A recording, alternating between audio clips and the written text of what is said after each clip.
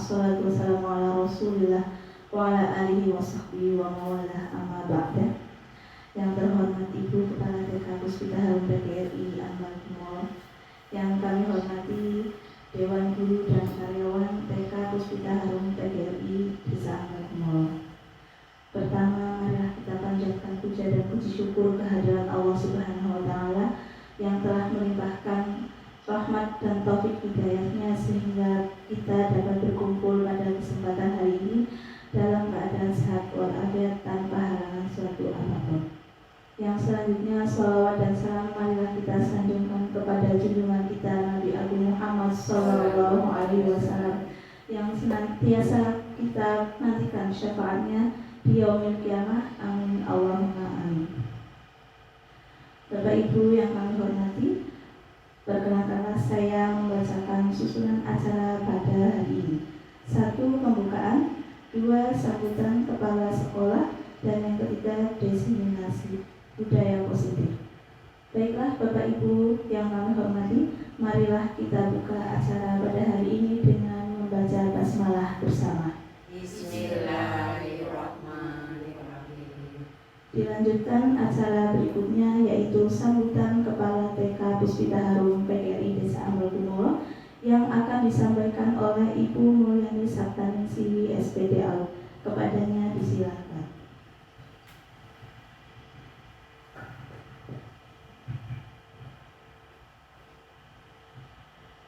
Bismillahirrahmanirrahim. Assalamualaikum warahmatullahi wabarakatuh. Waalaikumsalam warahmatullahi wabarakatuh. Bismillah, alhamdulillah, la haula wala quwata illa billah, amma ba'du. Yang terhormat Ibu Ida Dwi Listiani SPD selaku yang akan memaparkan sosialisasi aksi nyata. Yang kami hormati segenap guru dan karyawan TK Puspita Harum PGRI Anwar Kumolo yang berbahagia pada siang hari ini. Alhamdulillah, pada kesempatan ini kita bisa bermuajah bersama-sama di aula TK Puspita Harum PGRI Anwar Kumolo ini dalam keadaan sehat walafiat dan tidak ada halangan suatu apapun.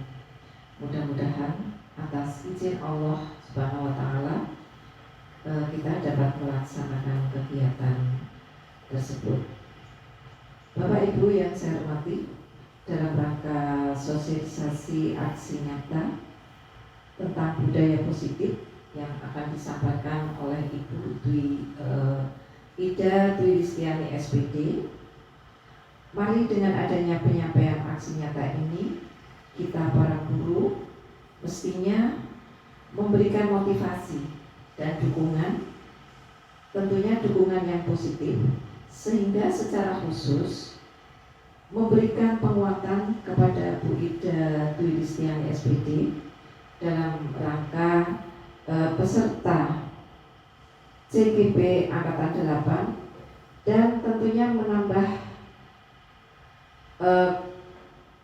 kemajuan bagi lembaga kita, yaitu lembaga TK Puspita Harum PGRI ini. Dan dengan adanya aksi nyata positif ini bisa hasil dari terapan ya, dan bisa kita laksanakan di TK Puspita Harum PGRI ini, sehingga TK kita ini tentunya akan lebih baik dan akan lebih maju. Bapak Ibu sekalian, mari kita ikuti sosialisasi aksi nyata ini dengan hikmat tentunya. Dan untuk menyingkat waktu, dipersilahkan Bu Ida untuk memberikan sosialisasi. Dan demikian saja sambutan dari saya. Ada beberapa kata yang kurang berkenan, saya mohon maaf yang setulus-tulusnya. Akhirnya, billahi taufiq wal hidayah. Wassalamualaikum warahmatullahi wabarakatuh. Waalaikumsalam warahmatullahi wabarakatuh.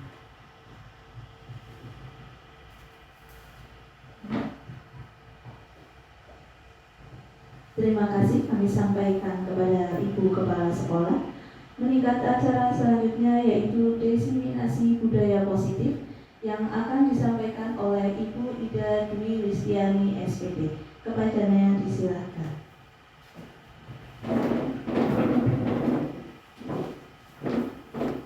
Bismillahirrahmanirrahim. Assalamualaikum warahmatullahi wabarakatuh. Waalaikumsalam warahmatullahi wabarakatuh. Kepada yang terhormat Ibu Kepala Sekolah, Beliau Ibu Mulyani Sakaningsi SPD AU, yang kami hormati Ibu Guru semuanya dan karyawan TK Puspita Harum BRI Amalumolo. Di sini saya akan menyampaikan diseminasi budaya positif oleh saya Ida Dulistiani, CGP Angkatan 8 Kabupaten Kebumen. Diseminasi budaya positif ini adalah aksi nyata kami modul 1.4.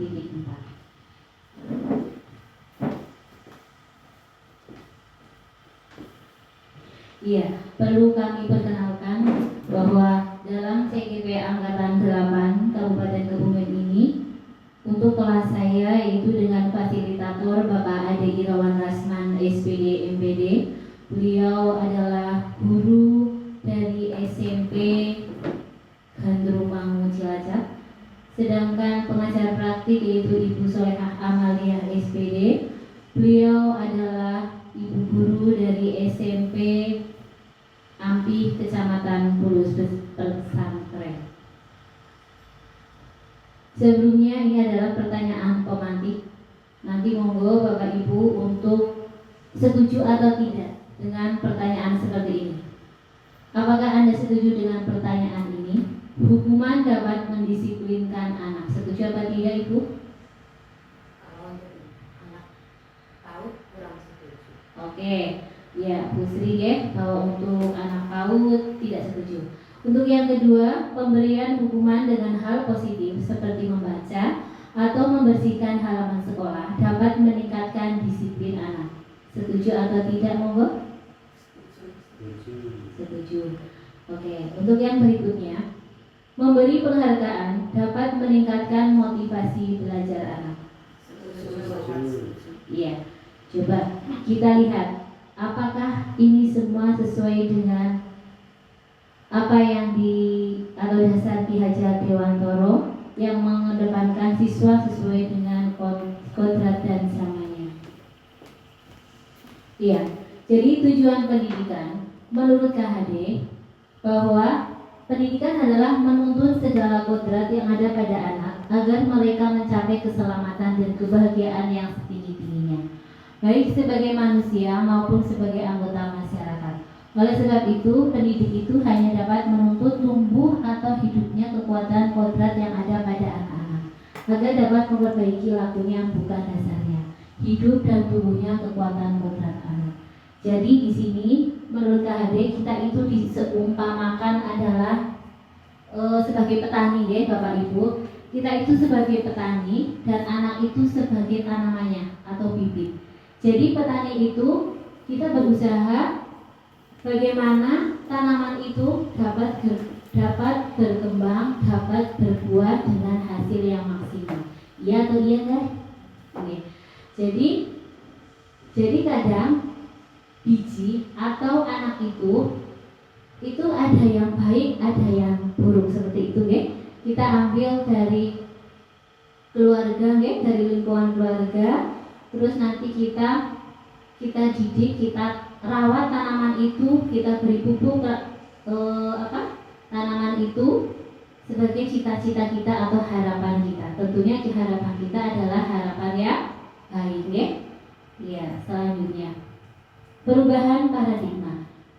Bapak Ibu, cobalah sobeklah secara kertas kecil, tuliskan benda atau sesuatu yang sangat berharga untuk Anda, letakkan di salah satu tangan Anda dan genggam benda itu dengan segala daya. Buatlah sebuah kepalan. Monggo Bapak Ibu, dulu mungkin minta kertas nih. Coba mungkin Bu Nunung sama Bu itu ya, Bu Yuli, terus Pak Selamat sama Bu Sri. Monggo buatlah kertas tulisan di kertas kecil, disobek tidak apa-apa. Iya. dan genggam benda itu atau sesuatu tersebut dengan segala daya. Maksudnya di kepala. Teman nanti gantian, monggo gantian. Teman Anda akan mencoba dengan sekuat tenaga dengan berbagai cara untuk meminta Anda memberikan benda tersebut. Bisa terserah nanti daya dan upaya Anda untuk membuka tangan temannya, ya.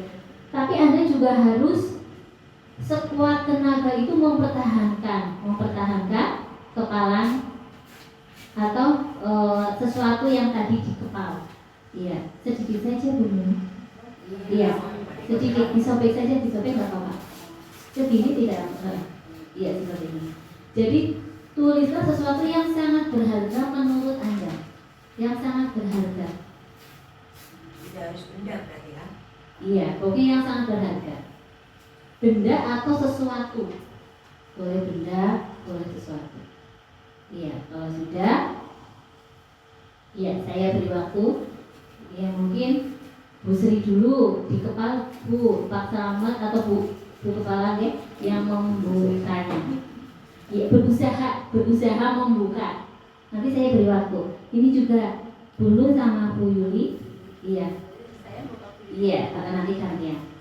Ya, saya beri waktu. Silahkan panjenengan nanti mempertahankan. Terus yang satunya juga sekuat tenaga membuka. Coba bisa atau tidak dibuka.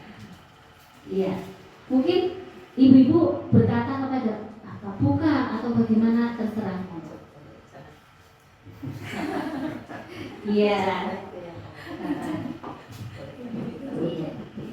Saya beri waktu ibu ya. Saya hitung sampai 10. 1 coba bisa atau tidak. 1, 2, 3, 4, 5, 6, 7, 8, 9, 10. Oke, iya. Terus ya silakan gantian coba bunung gantian dengan iya. Iya, masih belum bisa. Iya. Itu sangat berharga loh. Panjenengan itu sangat berharga loh. Diminta sama orang lain boleh apa tidak? Iya. Iya, 1, 2, pokoknya yang sangat berharga bagi panjenengan. Iya, dulu itu ya. 1, saya hitung 2, 3, 4, 5, 6, 7, 8, 9, 10. Berhasilkah? Tidak, iya. Padahal Anda sudah mengancam tadi ya. Ayo buka, ayo buka. Menghardik merayu dengan pelan-pelan, dengan rayuan ya. Tetapi tidak bisa dibuka. Di sini kita bisa lihat sekuat apapun kita untuk dengan merayu, menyuap, terus apa lagi ya tadi ya, dengan pelan-pelan, terus tadi juga dengan ancaman mungkin ada ya, tetapi tidak bisa membukanya. Benar atau tidak? Iya. Iya, jadi inilah yang akan menjadi paradigma kita. Ya, jadi apapun yang memang dasarnya anak, walaupun bagaimana kita, sekuat apapun kita untuk merubah anak itu, jika memang dasarnya anak itu tidak mempunyai dasar untuk berubah, dia itu tidak akan bisa. Jadi bagaimana kita seorang guru itu terus dan terus untuk berusaha. Di sini inilah perubahan paradigma atau teori kontrol. Ya, jadi yang pertama adalah ilusi guru mengontrol murid. Benar atau tidak? Sulit nih Bu, ya? Sulit. Ya. Sekeras apapun kita minta anak kita atau murid kita untuk bisa berubah, ya, itu sulit. Terus yang kedua, ilusi bahwa kritik dan membuat orang merasa bersalah dapat menguatkan karakter. Benar? Coba yang ketiga, ilusi bahwa semua penguatan positif efektif dan bermanfaat. Terus yang berikutnya, ilusi bahwa orang dewasa memiliki hak untuk memaksa. Nah, ini kita yang menjadi orang dewasa ya, menjadi seorang guru, pasti kita pernah melakukan atau mungkin sering ya memaksa anak untuk melakukan sesuatu, ya atau tidak? Padahal anak itu ya saya juga mengalami makanya dengan adanya seperti ini mudah-mudahan saya ya pribadi saya dapat berubah. Ini terkadang kita memaksakan sesuatu yang kita anggap benar, padahal mungkin itu tidak sepenuhnya benar menurut anak. Ya. Perubahan paradigma bisa kita lihat dengan perubahan paradigma stimulus respon ya. Teori kontrol, siapa sesungguhnya yang memiliki kontrol. Yang pertama stimulus respon. Kita mencoba mengubah orang agar berpandangan sama dengan kita. Itu tidak gampang ya. Iya, ya tidak gampang. Kita berusaha memahami pandangan orang lain tentang dunia. Itu sedekat-dekatnya kita dengan anak itu memang tidak gampang seperti itu. Soalnya jika anak tidak mau ya, kadang tidak mau ya, kita tidak bisa memaksa. Selanjutnya, perilaku buruk dilihat sebagai suatu kesalahan. Ini jeleknya kita. Biasanya murid yang jelek pasti kita mengecap dengan jelek. Benar apa tidak, Bu? Anak yang nakal itu pasti nakal. Jadi nanti mindset kita itu sudah nakal seperti itu. Padahal perilaku itu memiliki tujuan. Anak itu berbuat seperti itu juga memiliki tujuan. Selanjutnya, orang lain bisa mengontrol saya. Bisa, Ibu? Tidak. Karena hanya kita yang mau bisa mengontrol diri sendiri. Begitu juga anak, Bu. Jadi yang bisa mengontrol anak sebenarnya itu hanya dirinya sendiri. Makanya biasanya anak itu hari ini manut, ya apa tidak, Ibu? Hari berikutnya kok anak ini beda lagi, sulit sekali diatur. Itu yang bisa mengontrol hanya dirinya sendiri. Ini menurut teori Ibu ya, teori kontrol. Selanjutnya, saya bisa mengontrol orang lain. Bisa atau tidak, Bu? Tidak. Belum bisa mengontrol diri. Tidak. Kita bisa mengontrol anak, bisa, Bu. Tapi ya saat itu, saat di sekolahan, di rumah tidak bisa. Jadi kita tidak bisa mengontrol orang lain, apalagi anak yang 24 jam. Anak kita sendiri juga tidak bisa ya, Bu, ya. Kita kontrol 24 jam. Pemaksaan ada pada saat rujukan gagal. Ini kolaborasi dan konsensus menciptakan pilihan-pilihan baru. Ini kolaborasi sangat kita butuhkan. Model berpikir menang atau kalah. Contohnya tadi, saat ibu-ibu menggenggam. Pasti aku yang menang membukanya. Pasti aku yang menang, tetapi ternyata tidak bisa membukanya. Ya, kita sampai mempertahankan walaupun dengan rasa sakit ya, Bu ya.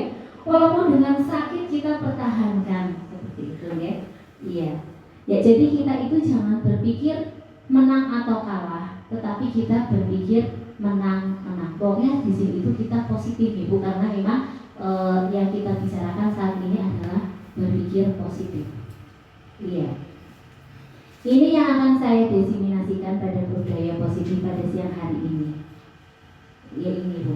Budaya positif. Apakah budaya positif? Budaya positif di sekolah yaitu nilai dan kebiasaan di sekolah yang berpihak pada murid agar mereka dapat berkembang menjadi pribadi yang kritis, penuh hormat dan bertanggung jawab sesuai dengan profil pelajar Pancasila. Ya.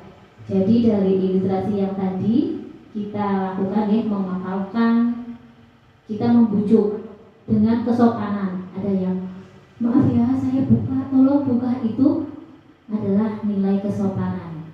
Itu dari genggaman tangan tadi itu sudah masuk ini untuk nilainya. Terus budaya universal sesuai dengan profil pelajar Pancasila. Apa saja Bu profil pelajar Pancasila? Ada nilai positif, nilai kebajikan universal, ya? Oh. Profil pelajar Pancasila ada yang mandiri, beriman, ya, berkebinekaan global, ya seperti itu. Ini adalah profil pelajar Pancasila. Ini sudah kita terapkan, ya, kita terapkan di sekolah kita sesuai dengan kurikulum Merdeka. Ya, selanjutnya. Jadi konsep utama untuk budaya positif yaitu 1. Disiplin positif dan nilai-nilai kebajikan universal, teori motivasi hukuman dan penghargaan, keyakinan telah, terus ini yang keempat kebutuhan dasar manusia, kelima posisi kontrol dan segitiga restitusi. Ini yang akan kita bahas pada siang hari ini. Selanjutnya, disiplin positif dan nilai-nilai kebajikan universal merupakan suatu cara penerapan yang dalam prakteknya melibatkan komunikasi efektif antara guru dan murid. Apalagi kita di taman anak-anak sangat kita butuhkan, ya Bu, ya, untuk komunikasi yang efektif antara guru dan murid. Contohnya, jika siswa terlambat, jangan kita terus kita berasumsi bahwa anak itu malas. Tidak mesti, ya Bu. Mungkin di jalan dilalah motornya bocor. Jadi seperti itu.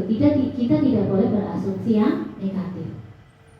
Selanjutnya, nilai-nilai kebajikan universal ini adalah sifat manusia yang merupakan tujuan mulia yang ingin dicapai setiap individu, yaitu tadi kita kenal dengan profil pelajar Pancasila. Ya, ini sesuai dengan kurikulum kita, nggih. Yang pertama yaitu beriman bertakwa kepada Tuhan Yang Maha Esa dan berakhlak mulia. Kita sebenarnya sudah melakukannya. Contohnya, kita berdoa sebelum dan sesudah melakukan kegiatan. Ya, Pak, tidak Ibu-ibu? Terus kita juga sudah melaksanakan mengucapkan salam. Itu termasuk berakhlak mulia. Terus apalagi Bu? Menghafal Asmaul Husna. Itu termasuk nomor poin 1 dari profil pelajar Pancasila. Kita juga melakukan sholat duha, ya.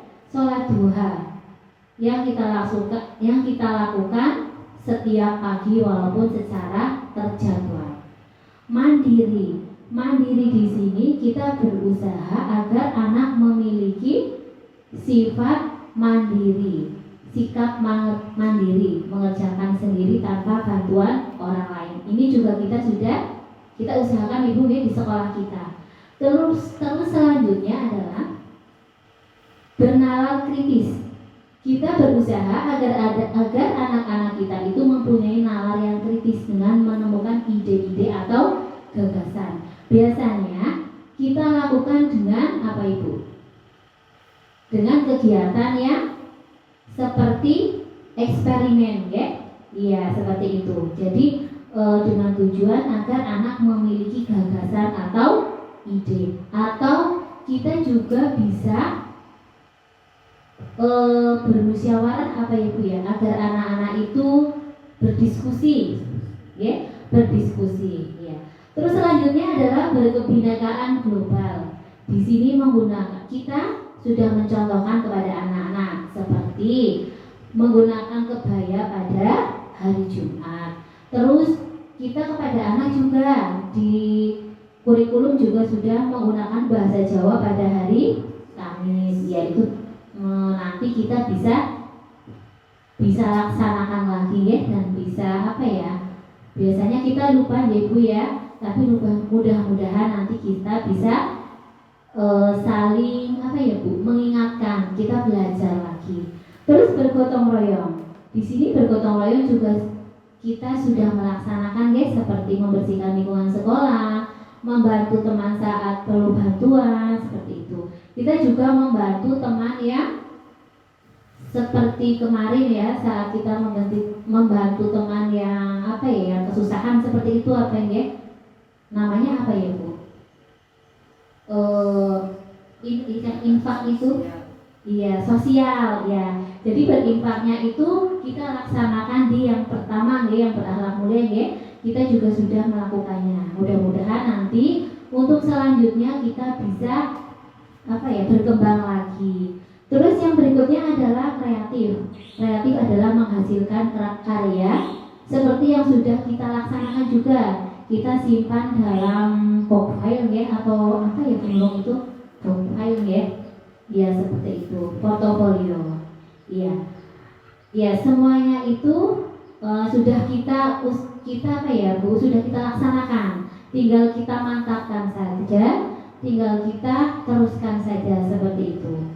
Terus selanjutnya di sini adalah teori motivasi hukuman penghargaan. Teori motivasi perilaku manusia di sini untuk menghindari ketidaknyamanan atau hukuman. Apa yang akan terjadi apabila saya tidak melakukannya? Itu adalah motivasi eksternal dari luar Bu. Yang kedua, untuk mendapatkan imbalan dari orang lain atau institusi. Apa yang akan saya dapatkan apabila saya melakukannya? Ini juga motivasi eksternal. Yang ketiga, untuk menghargai diri sendiri, saya akan menjadi orang yang seperti apa bila saya melakukannya. Ini adalah internal, tujuannya juga disiplin, terus positif. Ya, ini Bu, dihukum atau dihukum oleh penghargaan. Ini juga ilmu baru bagi saya, Mudah-mudahan nanti kita bisa kita terapkan di sekolah kita. Ini penghargaan itu bisa barang Bu yang namanya penghargaan atau dengan reward. Padahal kita tahu bahwa reward itu memang kita butuhkan untuk anak-anak Tetapi kalau di sini coba kita lihat pengaruh jangka pendek dan jangka panjang. Ini maksudnya jika kita memberikan penghargaan kepada anak Ini pengaruh jangka pendek dan jangka panjangnya apa? Jika kita menggunakan penghargaan lagi memang kita seperti kemarin Bu, Ibu-ibu ini menjadi pelajaran seperti kita. Untuk kita, yaitu kita memberikan kepada anak itu hadiah hadiah. Hari ini hadiah, besok kegiatan apa? Hadiah. Seperti itu, lagi dan lagi. Maka orang tersebut itu akan ketergantungan. Ternyata dan dia itu akan kehilangan motivasi dalam dirinya.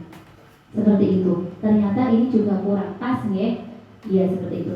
Yang berikutnya adalah penghargaan menghukum. Contoh di dalam kelas perasaan yang dihukum itu yang tidak mendapatkan penghargaan. Contohnya jika kita seorang guru, ini si A mendapatkan hadiah karena bisa melaksanakan tugas sampai selesai seperti itu. Itu yang merasa terhukum adalah temannya Ibu. Tapi kan kita tidak tahu rasanya itu ternyata itu bisa menghukum atau rasa menghukum temannya. Iri seperti itu Iya.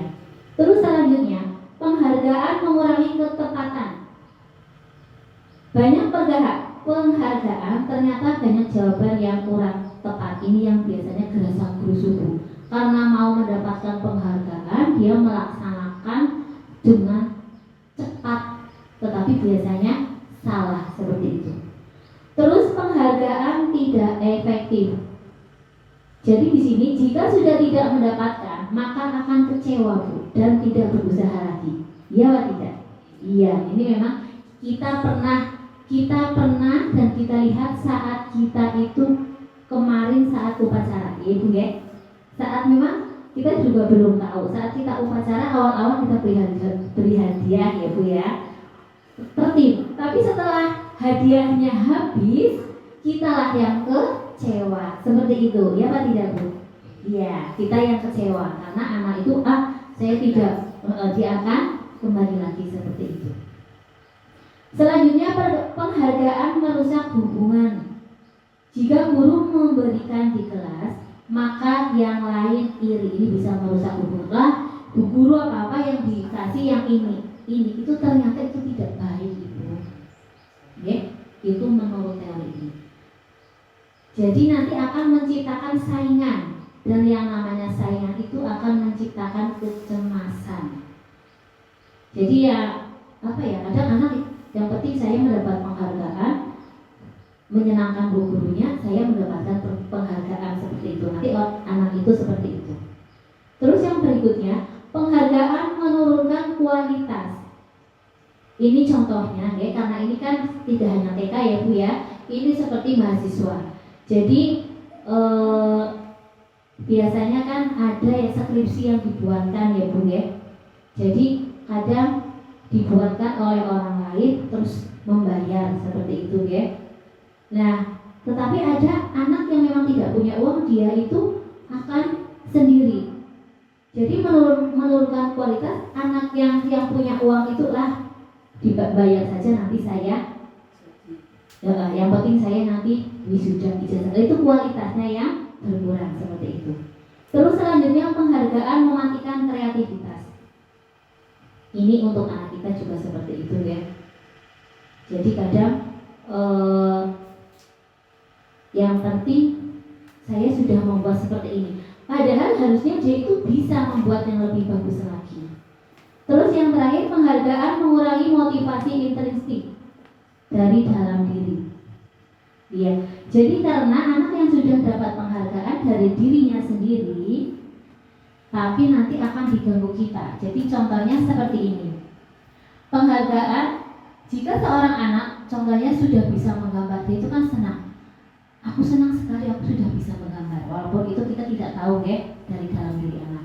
Nah, bu gurunya itu akan masuk, iya nanti kamu diberi hadiah sama bu guru, diberi penghargaan. Itulah ya kita yang mengganggu. Ternyata kita mengganggu motivasi anak tersebut. Sebenarnya anak tersebut itu sudah mempunyai motivasi dalam dirinya. Ya. Selanjutnya, dari semuanya itu kita itu membutuhkan keyakinan kelas. Apa sih itu keyakinan kelas? Keyakinan kelas adalah metode untuk menimbulkan kembali disiplin positif yang didasari oleh motivasi di dalam kelas. Ini hampir sama dengan tata tertib Ibu ya.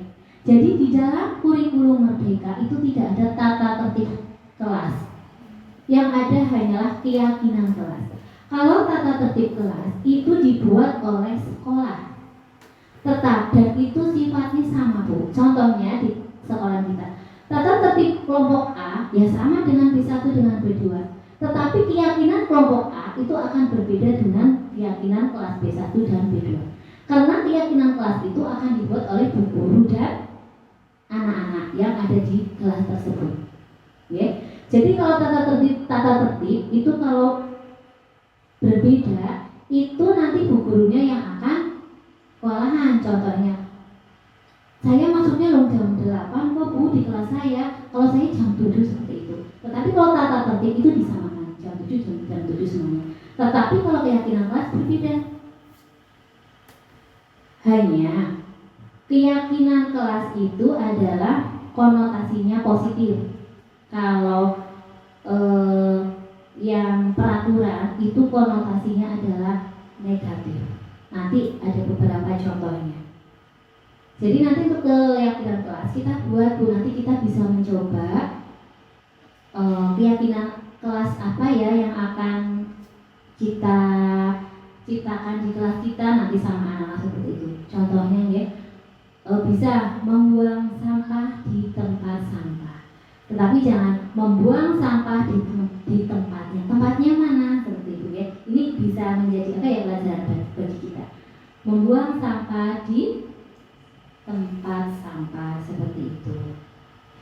Nanti di sini ada contohnya ini. Contoh keyakinan kelas. Bekerja sama membersihkan kelas. Jadi ini seperti secara umum ya, Bu ya. Iya. Saling peduli, menghargai dan membantu sama lain ini seperti indikator. Jadi saling peduli, menghargai dan membantu sesama orang lain. Mungkin ini berarti tidak apa ya Bu, seumpamanya tidak mengolok-olok teman, itu masuk ke sini ya Bu ya. Jadi ini secara umum. Terus selanjutnya menjaga dan meletakkan barang sesuai tempatnya, seperti itu. Terus mengerjakan tugas tepat waktu. Tepat waktu dan aktif di kelas ini. Ini seperti bertanya, ya. Itu maksudnya bertanya dengan mengangkat tangan. Itu seperti itu masuk ke dalam tepat waktu dan aktif di kelas, seperti itu ya. Nanti kita bisa pelajari bersama-sama. Selanjutnya adalah semua itu kita manusia itu mempunyai 5 kebutuhan dasar manusia. Yang pertama adalah bertahan hidup. Yang kedua kasih sayang dan rasa diterima. Yang berikutnya adalah penguasaan. Yang keempat kebebasan dan kesenangan. Bertahan hidup, ya kita bertahan hidup. Terus selanjutnya kasih sayang dan rasa diterima.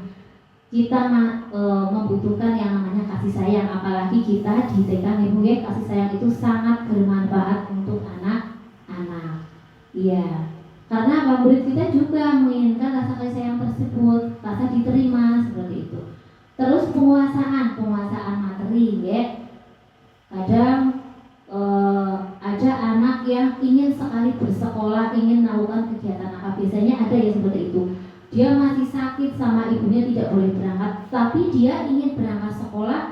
Aku ingin bertemu Bu Guru, aku ingin, kemarin Bu Guru sudah memberitahu saya bahwa besok pagi saya akan membuat kerajinan ini. Mungkin kita pernah ya Bu ya seperti itu ya, yang sama orang tuanya tidak boleh sekolah, tetapi dia itu mempunyai keinginan untuk bersekolah, itu penguasaan. Kalau kita di TK ya kegiatan lah ya, kalau mungkin di kelas yang lebih atas seperti materi seperti itu. Terus kebebasan. Kita tidak bisa memaksa anak. Contoh ketika di dalam kelas kita mau memberikan pengetahuan anak tentang warna, ya, tentang warna atau tentang berhitung, ya, tentang berhitung. Yang kita siapkan adalah berhitung menggunakan batu. Tetapi anak itu ingin menghitung dengan balok. Itu boleh apa tidak Ibu Bapak? Boleh. Itu yang namanya kebebasan. Ya. Terus yaitu dengan sesuai bakat dan minat mereka. Terus selanjutnya yaitu kesenangan. Anak membutuhkan kesenangan untuk bereksplor dirinya. Ya, ternyata di sini kita itu jangan anggap bahwa anak yang hanya bersenang-senang itu bodoh. Itu tidak Bu. Biasanya anak yang senang-senang, yang dia itu merasa senang, itu kita bawa bodoh, itu tidak. Jadi banyak juga anak yang bermain, anak yang belajar di kelas dengan kesenangannya dia, tetapi dia masuk gitu ya, apa yang kita sampaikan masuk seperti itu. Iya, terekam, ya seperti itu. Selanjutnya 5 posisi kontrol. Jadi di sini ada 5 ya, penghukum, pembuat rasa bersalah, teman, pemantau atau dan yang terakhir ada manajer. Jadi saat kita menemukan suatu masalah, kita di sini akan menjadi apa? Apa kita akan menjadi penghukum? Atau kita mau pembuat rasa bersalah? Atau kita menjadi teman? Atau pemantau? Atau manajer? Coba Ibu. Ibu kira-kira menjadi apa Ibu? Bu Sri menjadi apa? Menjadi teman. Bu Nunung menjadi apa? Menjadi teman. Pak Selamat menjadi apa Pak Selamat? Pemantau. Oke. Terus Bu Yuli teman. Terus Ibu kepala sekolah menjadi apa nih? Ya, sebagai pemantau. Ya, jadi di sini kita itu ada 5 posisi kontrol. Di sini sebenarnya ada video, Ibu, tapi videonya itu tidak bisa dibuka, ya, karena pakai laptop yang satu.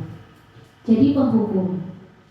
Biasanya kalau kita menemukan anak yang yang bermasalah, ya, contohnya seperti dia itu makan di kelas saat kegiatan. Memang dalam keyakinan kelas kita atau tata tertib kita kan tidak boleh, ya, dalam keyakinan kelas kita. Nah, penghukum itu biasanya kita langsung, hei, kenapa kamu makan di kelas? Seperti itu.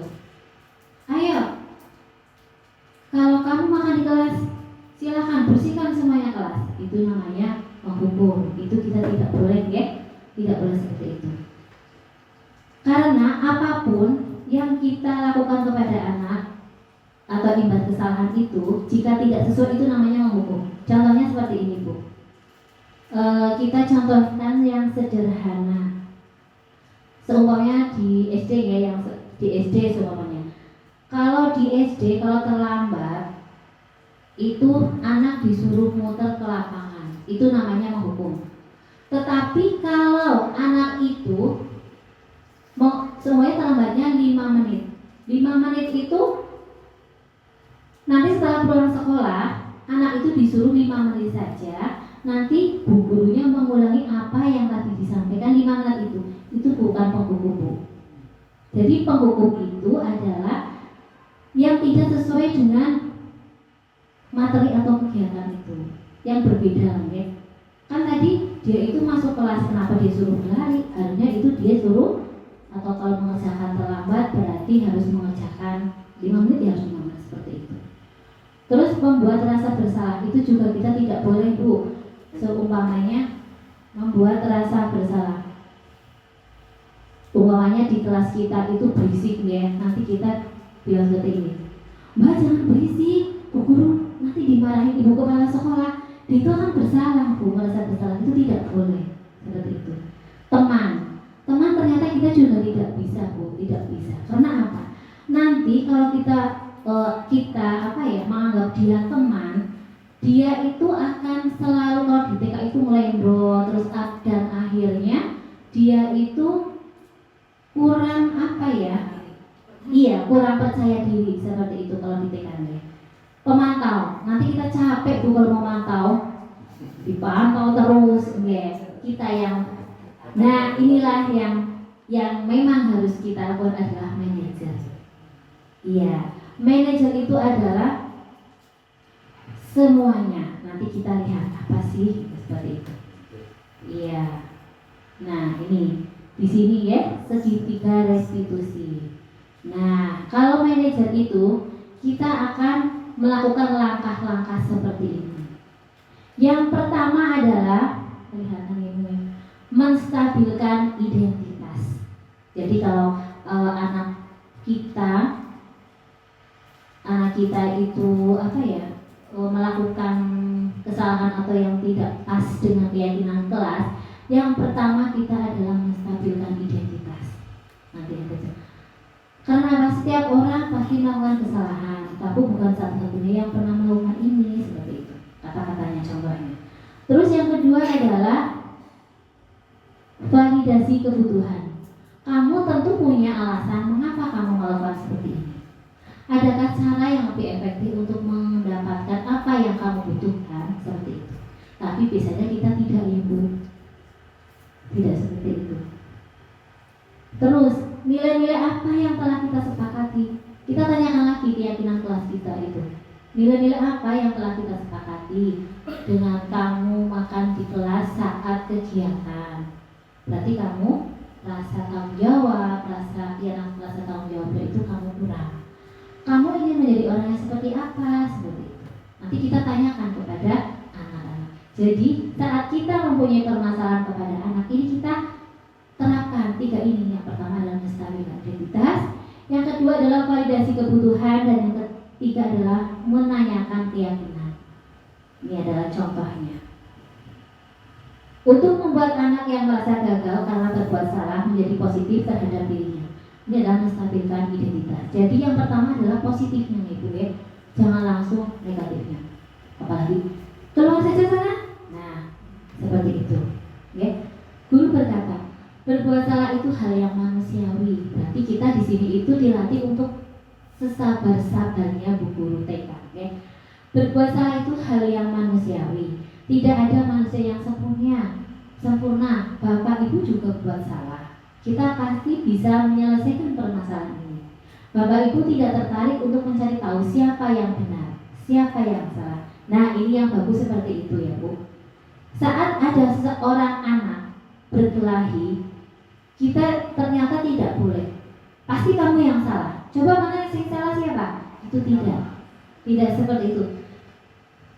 Ya, jadi kalau kamu menyalahkan dirimu sendiri terus menerus, apakah kamu bersikap baik pada dirimu sendiri? Jadi kita itu apa ya? Menumbuhkan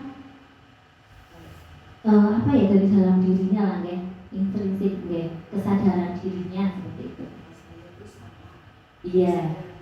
Iya, seperti itu. Ya jadi di kurikulum Merdeka itu seperti itu intinya Bu. Nah, mungkin kita sebenarnya sudah pernah melakukannya ya Bu, tetapi ya mungkin berbeda sedikit seperti itu ya. Iya, terus selanjutnya ini yang namanya validasi kebutuhan. Membantu siswa mengenali basic need atau kebutuhan yang ingin dipenuhinya ketika melakukan kesalahan itu. Pada dasarnya, setiap tindakan manusia tujuannya adalah memenuhi basic needs, apakah itu power, freedom, love and belonging, fun atau survival. Ya, jadi di sini contohnya adalah Bu Guru berkata, kamu bisa saja kan melakukan hal yang lebih buruk, tetapi kamu tidak melakukannya kan? Kamu pasti punya alasan mengapa melakukannya. Apa yang penting bagi kamu dengan melakukan seperti itu? Kamu boleh tetap berusaha menjaga sikap itu, tapi tambahkan sikap yang lain, yang baru. Maukah kamu belajar selain untuk mendapat yang kamu butuhkan tanpa harus memukul? Apakah kamu bisa melakukannya dengan lebih baik besok lagi? Seperti itu. Itu adalah validasi kebutuhan. Selanjutnya adalah menanyakan keyakinan. Anak melihat kesalahannya dihubungkan dengan norma sosial dan nilai-nilai yang mendasari manusia berinteraksi dengan orang lain. Guru berkata, apa nilai yang kita percaya di kelas atau sekolah kita? Ini yang ada pada keyakinan kelas. Kan tadi ada ibu keyakinan kelas kita. Nilai-nilai universal apa yang telah kita sepakati? Kelas yang ideal itu seperti apa sih? Kamu ingin jadi anak seperti apa? Apa yang kamu rasakan ketika kamu melakukan itu? Kamu menjadi orang yang seperti apa? Jadi ini ada contohnya. Tapi nanti saya itu buka. Ya, jadi seorang guru kita itu, nah jika ada permasalahan, sebaiknya itu kita menggunakan segitiga restitusi. Jadi ini namanya segitiga restitusi Bu. Saya juga ini kalau saya tidak mengikuti guru penggerak ini, saya juga tidak tahu segitiga restitusi apa. Terus dalam menyelesaikan masalah terhadap anak juga seperti apa, itu disinilah saya dapat ilmunya. Ya, terima kasih Ibu. Ini adalah ya, terima kasih sekali ya. Ya, terus di sini saya mempunyai contoh. Saya mempunyai contoh aksi nyata saya saat saya melakukan segitiga restitusi. Sebentar. Mana Ibu namanya? Ya. Ini ada video. Sebentar.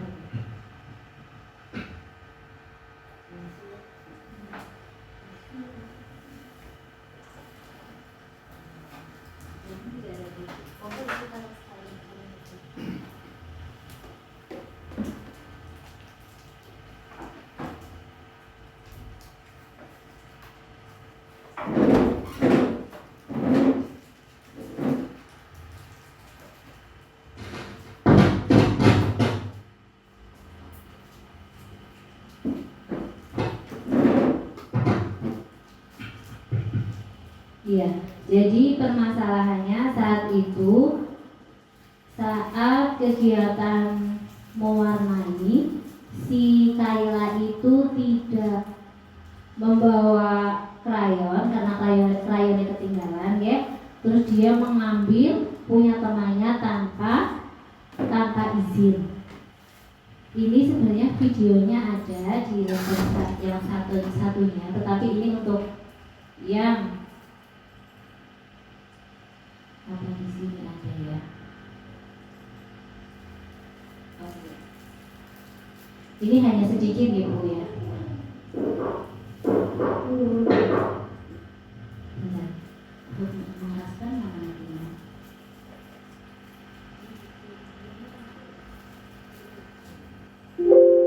ya.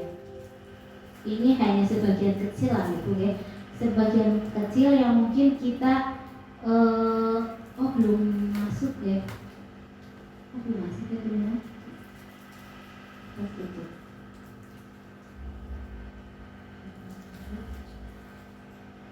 Nah, ini contoh permasalahan sebagian kecil yang kita sering gitu ya, sering kita apa ya Bu? Sering kita lihat atau sering kita temui ya. Ini hanya sebagian.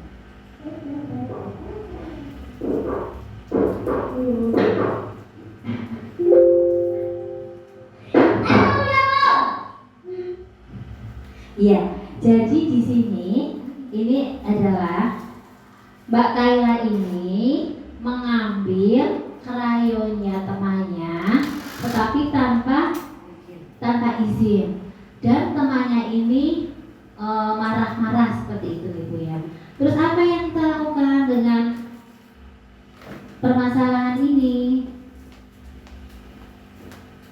Ya, jadi coba ini mohon maaf ya. Lah, Mbak Kayla tahu tidak? Mbak Kayla diambil buku ini? Tidak. Tadi Bu Guru melihat Mbak Kayla mengambil krayon temannya saat kegiatan mewarnai. Benar. Mengambil barang milik orang lain tanpa izin itu benar atau salah? Salah. Oke. Bu mau tanya kenapa Mbak Kayla mengambil krayon punya temannya? Tidak membawa tadi? Oh tidak. Di mana krayon warna merahnya Mbak Kayla? Oh di rumah ketinggalan. Oke, iya. Mbak Kayla ingat atau tidak keyakinan kelas bahwa yang pertama itu kan kakak jawab ya, kita keluar jujur, terus tidak mengambil barang milik orang lain tanpa izin. Oke.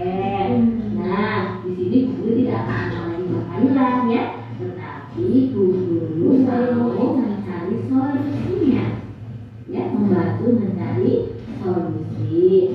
Mbak Kayla, guru berharap tidurnya itu jangan malam, biar paginya itu berangkat sekolahnya tidak terburu-buru, dan nanti bisa mempersiapkan krayonnya, alat tulisnya lebih awal biar tidak ketinggalan. Iya, Mbak Kayla, kapan akan mulai tidak melakukan kesalahan lagi? Mulai sekarang atau besok? Besok, oke? Oke, that's you. Iya, guru berharap Mbak Kayla menjadi anak yang pintar, anak yang soleh. Oke? Oke. Lah, Mbak Kayla. Iya, jadi jika kita menemukan permasalahan itu, kita itu harus seperti itu. Kita lebih sabar lagi gitu ya. Ya mudah-mudahan ya kita tidak berteriak-teriak lagi ya. Ini juga ada. Ini saat Mas Den ya.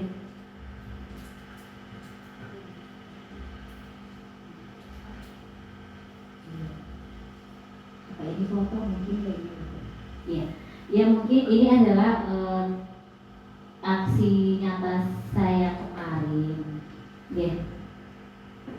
Ya, selanjutnya ya mungkin hanya ini ya yang bisa saya sampaikan. Mudah-mudahan nanti ini bisa apa ya, kita menjadi pelajaran bagi saya khususnya, dan mudah-mudahan kita bisa berkolaborasi untuk mewujudkan cita-cita kita, harapan sekolah kita dengan lebih baik lagi.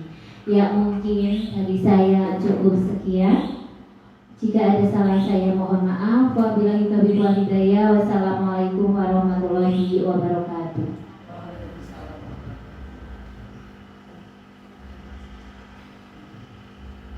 Terima kasih kami sampaikan kepada Ibu Ida Dwi Listiani yang telah menyampaikan terkait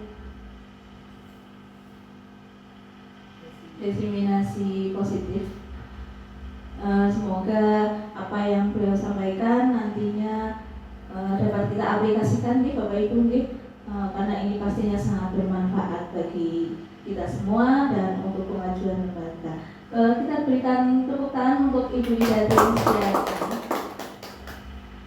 Baik Bapak Ibu yang kami hormati, karena waktu yang sudah siang, alhamdulillah acara sudah dapat berjalan dengan lancar. Mari kita tutup acara pada siang hari ini dengan membaca hamdalah bersama. Alhamdulillahirabbil alamin. Dan yang salah-salah kata saya sebagai pembawa acara mohon maaf yang setulus-tulusnya. Billahi taufiq wal hidayah. Wassalamualaikum warahmatullahi wabarakatuh.